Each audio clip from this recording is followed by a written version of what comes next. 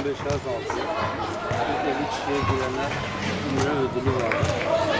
Bunun ilk üçüncü velileriyle beraber ödüle gidiyorlar. Biz burada kayıt parasını almıyoruz. Sadece kitap parasını saklasından alıyorsunuz. Sizi kaydedelim.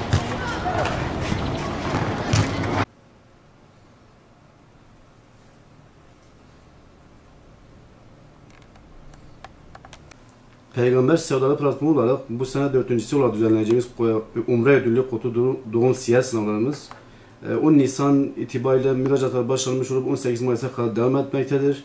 Halkımıza rahatlık başvuru esnasında kolaylık sağlanması için de 7 ayrı noktada başvuru merkezi olarak açmışız.